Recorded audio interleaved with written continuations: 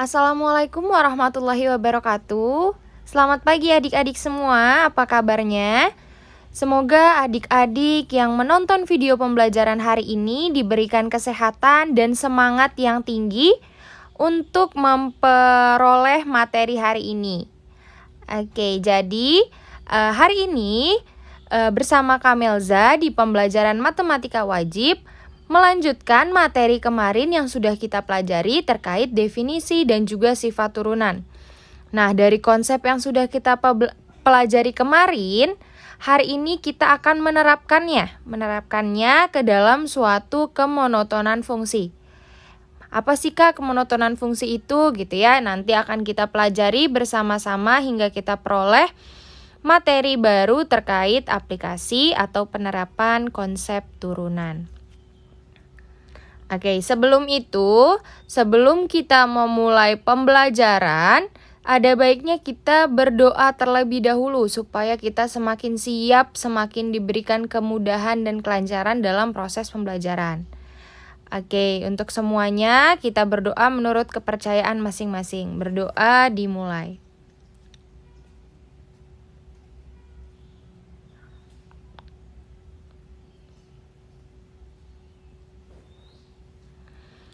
Berdoa selesai. Oke, karena semua sudah berdoa, kakak harapkan semua sudah siap untuk bereksplorasi dalam materi hari ini. Ya, jadi dalam pembelajaran hari ini tujuan kita adalah untuk yang pertama menunjukkan adanya keberkaitan turunan dalam menentukan selang kemonotonan suatu fungsi atau interval dari kemonotonan suatu fungsi.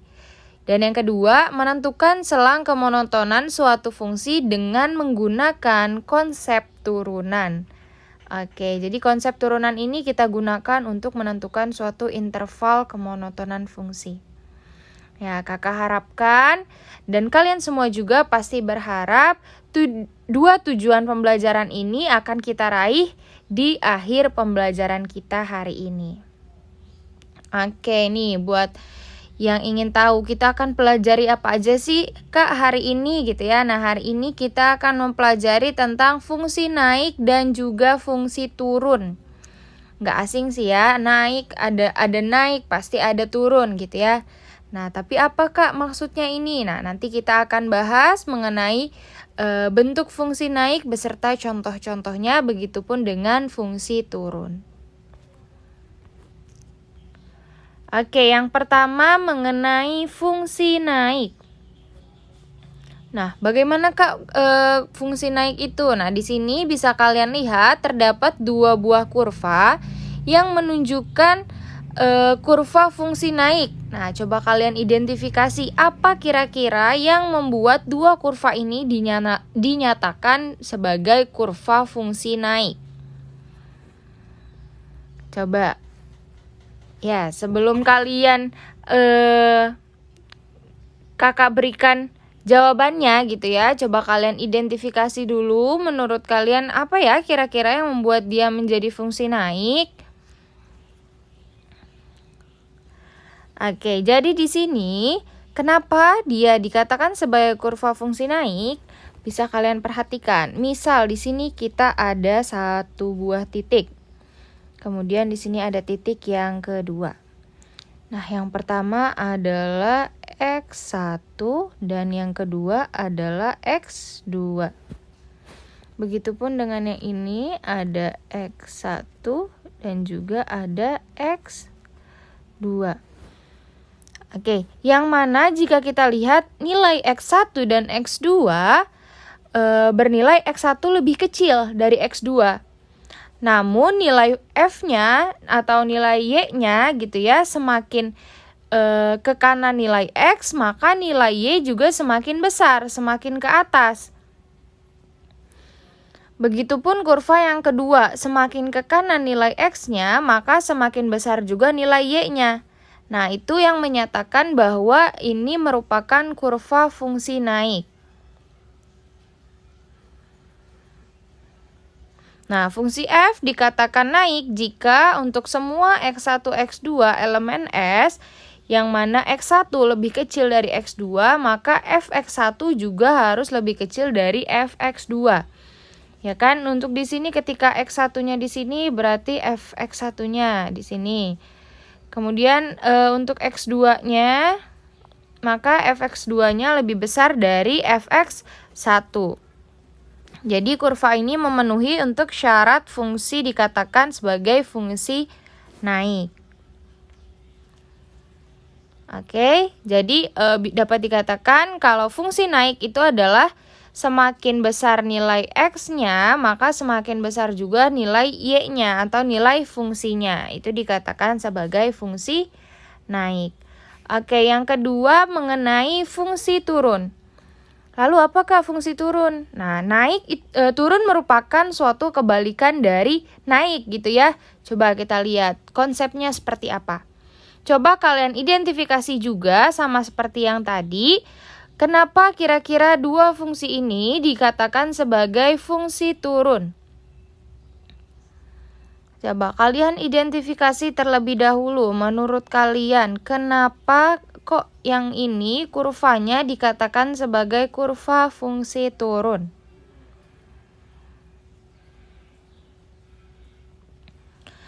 Ya, betul sekali. Kalau misalnya kalian tadi memisalkan juga sama seperti yang di fungsi naik, kurva fungsi naik, ada sebuah nilai X1 dan juga X2. Ketika nilai Fx1-nya di sini gitu ya, kemudian nilai Fx2-nya di situ kan, semakin besar nilai X atau semakin ke kanan nilai X, nilai Y-nya semakin ke bawah. Gitu ya. Di sini juga semakin, nah di sini nilai X1 dan di sini nilai X2. Semakin ke kanan nilai X atau semakin besar nilai X, maka nilai Y-nya semakin ke bawah, semakin kecil. Nah, ini dikatakan sebagai fungsi turun. Nah, fungsi F dikatakan turun jika untuk semua nilai X1, X2 elemen S, yang mana X1 lebih kecil dari X2, maka Fx1 lebih besar dari Fx2. Dikatakan sebagai fungsi turun. Oke, jadi kebalikan dari fungsi naik, yang mana tadi kalau fungsi naik semakin nilai X ke kanan atau semakin besar nilai X gitu ya, maka nilai Y-nya atau nilai Fx-nya akan semakin besar juga. Sedangkan kalau fungsi turun semakin besar nilai X atau semakin ke kanan nilai X, nilai Y-nya atau nilai fungsinya itu semakin ke bawah atau semakin kecil. Oke, itu merupakan dua konsep fungsi naik dan fungsi turun jika kita lihat dari sebuah grafik. Oke, di sini coba kita terapkan. Ada sebuah masalah. Seorang nelayan melihat seekor lumba-lumba sedang berenang mengikuti kecepatan perahu mereka. Gerakan lumba-lumba berperiode timbul dan tenggelam di permukaan air laut. Misalkan, lumba-lumba kembali ke permukaan setiap 15 detik dan tampak di permukaan selama 3 detik. Tentukan interval waktu agar lumba-lumba tersebut bergerak naik atau turun. Oke, jadi di sini ada sebuah masalah terkait pengamatan nelayan yang melihat seekor lumba-lumba berenang di laut. Nah, di sini ini merupakan hasil pengamatannya. Jadi sumbu X di sini menyatakan variabel T atau waktu gitu, dan terdapat sumbu Y-nya gitu ya. Oke, dari sini dikatakan bahwa setiap 15 detik lumba-lumba ke permukaan dan tampak di permukaan selama 3 detik. Jadi di sini merupakan permukaan air laut. Jadi setiap 15 detik dari 0 sampai 15 detik dia di bawah, pas sekali muncul di permukaan air laut, kemudian lanjut loncat gitu ya, selama 3 detik sampai detik ke-18. Begitupun selanjutnya dia ke bawah hingga naik sampai ke detik 34. Oke, maka untuk menentukan interval waktu agar lumba-lumba tersebut bergerak naik atau turun tuh di interval berapa saja gitu ya. Berarti dapat dikatakan bahwa lumba-lumba ini turun gitu ya pada interval 0 sampai 75. Kenapa gitu? Kenapa turunnya 0 sampai 75? Nih, di sini dia turun dari permukaan, dia ke bawah, turun 0 sampai 75. Terus kemudian dia bergerak naik ke atas. Nah, sampai di detik ke-7,5 baru dia naik ke atas sampai ke 16,5. Nah, kemudian dia bergerak turun lagi karena ingin meloncat lagi ke dalam dari 16,5 sampai 25,5 sampai di sini. Kemudian dia bergerak naik lagi sampai ke detik 34,5 hingga sampai puncak di 3,45 dia turun ke bawah lagi di detik ke-36.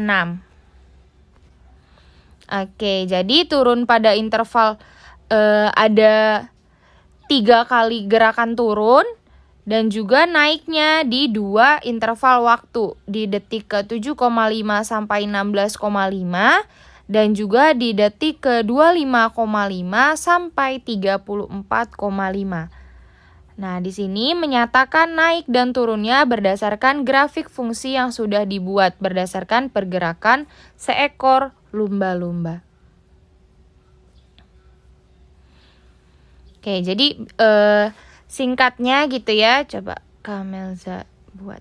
Singkatnya dikatakan fungsi turun ya gerakannya di sini turun ke bawah. Dikatakan naik karena dia gerakannya naik ke atas. Begitupun ini turun, kemudian naik, dan turun lagi, kayak gitu.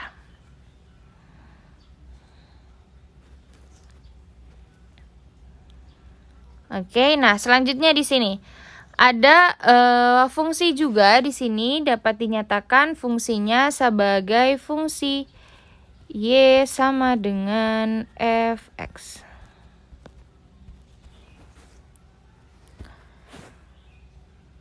Nah, dari sebuah fungsi ini gitu ya, bisa kita buat beberapa garis singgung. Yang mana yang sudah kita pelajari di awal sekali, ada namanya garis singgung. Nah, ada garis singgung ini diketahui dari sebuah garis singgung ada yang namanya sebuah gradien atau kemiringan. Nah, waktu itu di awal sekali kita sudah peroleh bahwa gradien itu adalah sebuah turunan fungsinya, yaitu kan gradien sama dengan M sama dengan F aksen X. Oke, nah kita ketahui bahwa gradien yang condong ke kanan itu bernilai positif.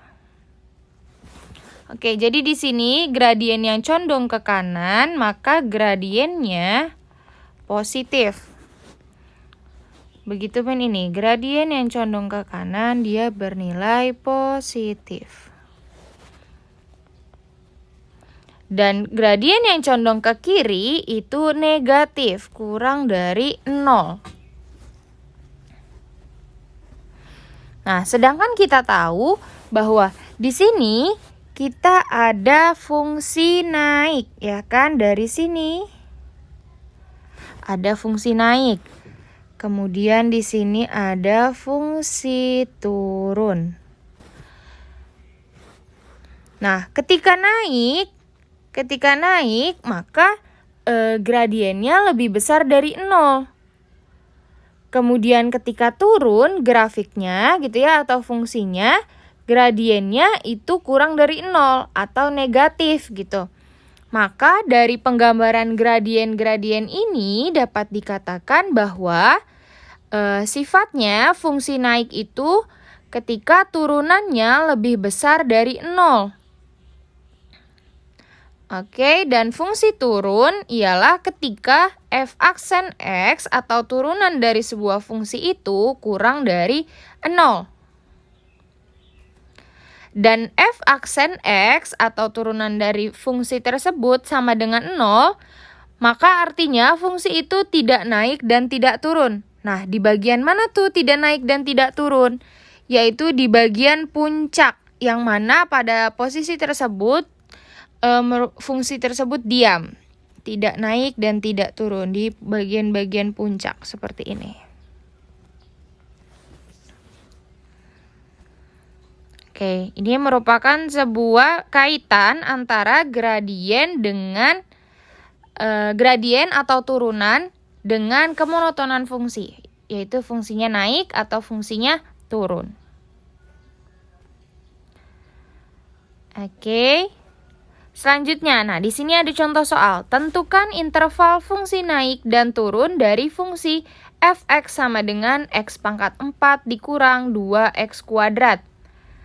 Oke, kita tentukan dulu pembuat 0 dari f aksen x-nya. Oke, tadi turunan fx sama dengan x pangkat 4 dikurang 2x kuadrat, maka turunannya adalah 4x pangkat 3 dikurang 4x. Nah, kakak harap bagaimana menurunkan dari fx tadi ke f aksen, kakak harap adik-adik masih ingat ya dengan pertemuan kemarin. Silahkan kalau yang sudah lupa dibuka lagi catatannya bagaimana menurunkan sebuah fungsi.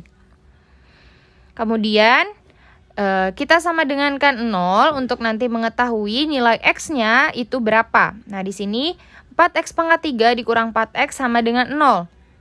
Maka kita bisa keluarkan 4x dikalikan dengan x kuadrat dikurang 1. Nah, x kuadrat dikurang 1 itu bisa kita pecahkan menjadi x dikurang 1 dikali x ditambah 1. Maka nilai x yang mungkin itu adalah x sama dengan 0, atau x sama dengan 1, atau x sama dengan min 1. Nah, di sini merupakan titik-titik x yang mungkin dari penyelesaian sebuah fungsi fx sama dengan x pangkat 4 dikurang 2x kuadrat. Nah, kemudian karena diminta untuk menentukan interval fungsi naik dan turunnya, maka kita gunakan interval untuk menentukan hasilnya. Di sini ada 3 titik, min 1, 0, 1. Nah, kita uji nilai-nilai daerah-daerah tersebut yang mana yang berdaerah positif maupun negatif. Nah, misal di sini di daerah sebelah kanan angka 1 itu ada titik 2 gitu ya. Ada titik yang bernilai 2. Coba kita substitusikan ke hasil turunan fungsinya. Di sini, kalau misalnya f-nya 2, maka hasilnya adalah 4 dikali 8 dikurang 4 dikali 2. Maka hasilnya adalah 32 dikurang 8 itu adalah 24. Betul, 32 dikurang 8 adalah 24. Ya, jadi di sini daerahnya akan bernilai positif. Nah, kalau di daerah tersebut bernilai positif, maka daerah di sebelahnya itu negatif, kemudian positif, dan negatif lagi. Akan selang-seling. Gitu ya, daerahnya akan jadi selang-seling. Plus, minus. Oke. Nah, karena diminta adalah fungsi naik dan fungsi turun, berarti yang tanda tambah atau positif itu dikatakan sebagai fungsi naik. Dan tanda negatif dikatakan sebagai fungsi turun. Oke, jadi fungsi naik itu di interval negatif 1 hingga 0 dan juga di interval x lebih dari 1. Dan untuk fungsi turun di interval x kurang dari negatif 1 atau di interval antara 0 dan 1.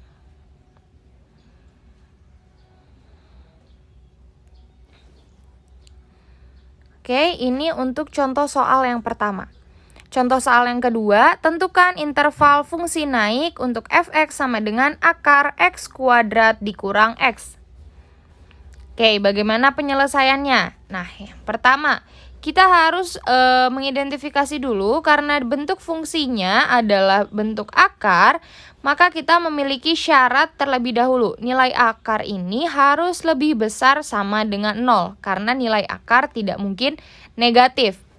Nah, karena harus lebih besar sama dengan 0, maka ketika kita jabarkan x kuadrat dikurang x menjadi x dikali x minus 1 lebih besar sama dengan 0.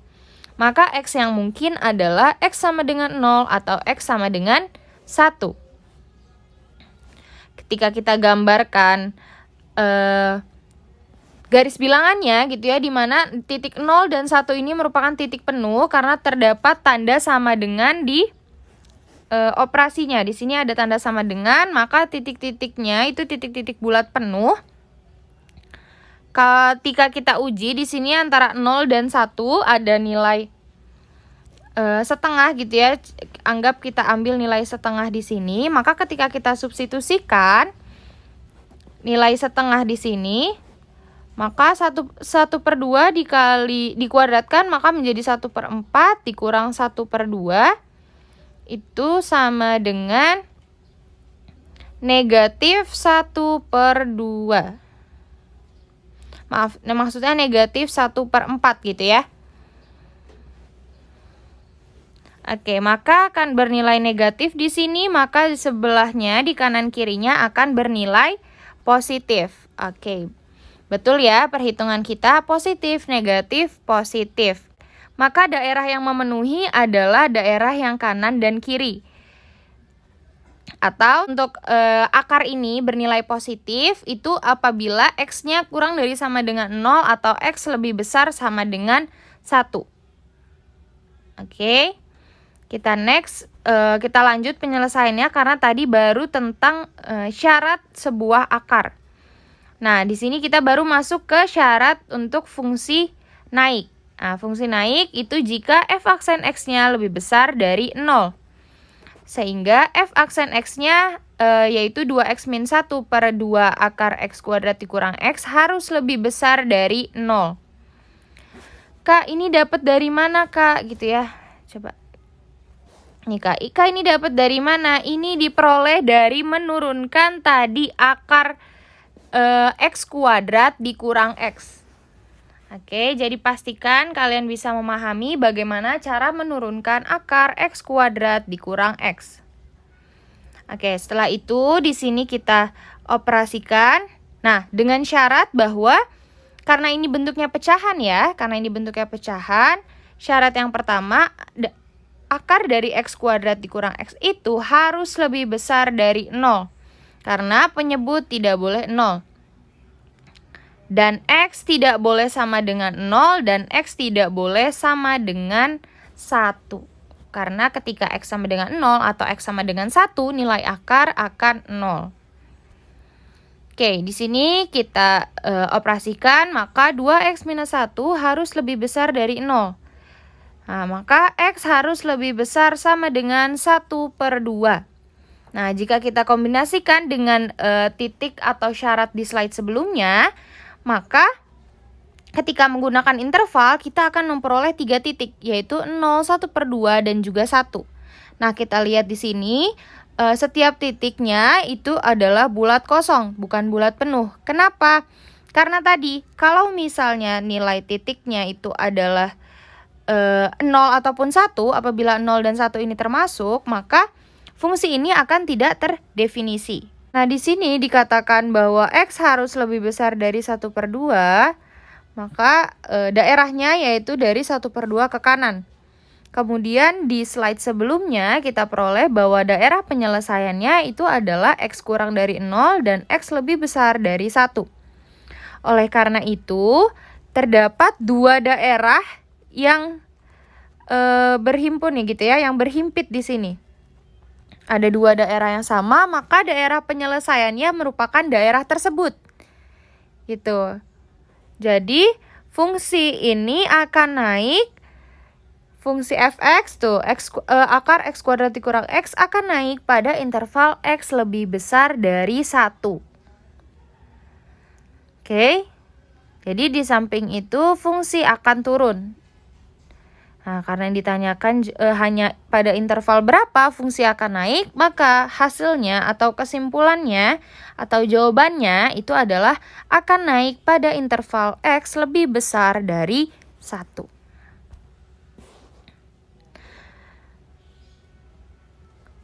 Nah, dari 2 contoh tersebut, semoga dapat menggambarkan bagaimana menentukan fungsi naik dan juga fungsi turun. menggunakan penerapan konsep turunan. Nah, jadi di sini bisa Kamelza simpulkan bahwa fungsi naik gitu ya, fungsi dikatakan sebagai fungsi naik apabila f aksen x-nya lebih besar dari 0. Dan kalau fungsi turun itu apabila f aksen x kurang dari 0. Nah, semoga dari kesimpulan ini bisa kalian eksplorasi lagi lebih dalam bagaimana contoh-contoh lainnya dalam menentukan fungsi naik dan juga fungsi turun. Silakan jika ada yang ingin ditanyakan, boleh komen di kolom komentar ataupun bisa bertanya melalui WhatsApp. Kurang lebihnya mohon maaf. Wassalamualaikum warahmatullahi wabarakatuh. Terima kasih.